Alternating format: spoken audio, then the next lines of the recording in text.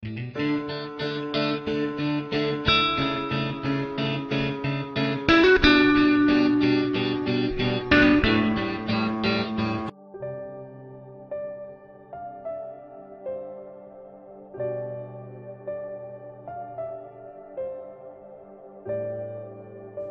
de hoje: servindo a Deus em família. Eu não quero ser como Davi, que ganhou o mundo e perdeu a sua família. E também não quero ser como Noé, que salvou sua família, mas perdeu o mundo. Servir a Deus é trabalhar em prol do Evangelho. O imperativo a ser obedecido por todos os crentes em Jesus. Uma decisão baseada em quem Deus é, mas de livre escolha. O livro de Josué retrata a importância dessa decisão. Josué 24:15 diz: "Mas se vocês não quiserem servir o Senhor, escolham hoje a quem vão servir. Se os deuses a quem os pais de vocês serviram do outro lado de Eufrates, ou os deuses dos amorreus em cujas terras vocês estão morando. Mas eu e minha casa serviremos ao Senhor." Existem pensamentos errados em relação ao serviço. Como desculpa, alguns cristãos negligenciam o serviço em prol da família, ou a família por causa do serviço a Deus. É necessário entender a ordem de prioridade, mas que uma coisa não exclui a outra.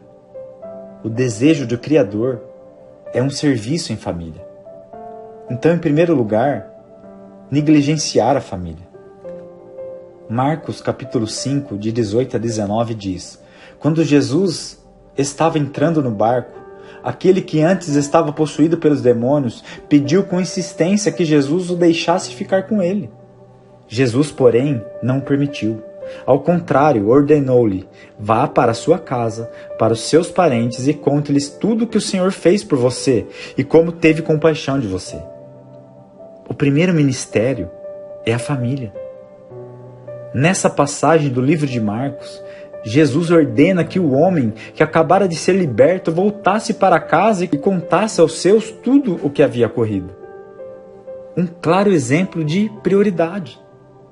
Antes de se preocupar com a salvação do resto do mundo, o foco deveria ser sua própria família.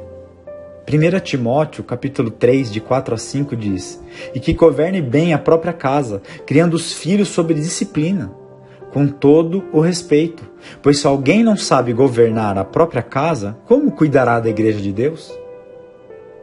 A prioridade deve ser a família.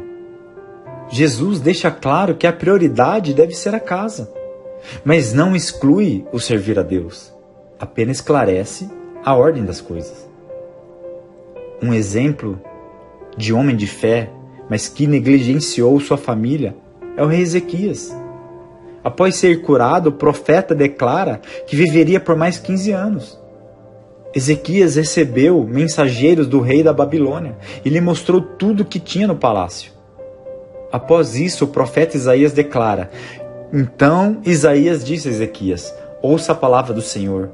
Eis que virão dias em que tudo que houver no seu palácio, isto é, tudo que seus pais ajuntaram até o dia de hoje, será levado para a Babilônia. Não ficará coisa alguma, diz o Senhor.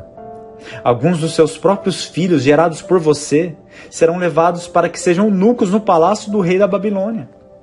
Então Ezequias disse a Isaías: "Boa é a palavra do Senhor que você falou." Pois ele pensava assim: enquanto eu viver, haverá paz e segurança. A partir das Escrituras, é possível perceber que o rei se importava apenas com ele, já que ele não estaria vivo. Não se interessava com o que viesse a acontecer com seus filhos. Além de perder tudo que seus pais construíram, seus próprios filhos se tornariam eunucos no palácio do rei da Babilônia, ou seja, escravos, e não teriam uma linhagem. O ministério não deve ser edificado às custas da família, porque cuidar dos seus faz parte de servir a Deus e propagar o Evangelho. Mas, em segundo lugar, negligenciar o serviço. A família vem antes do ministério. mas não deve ser usada como desculpa para deliberadamente negligenciar o serviço.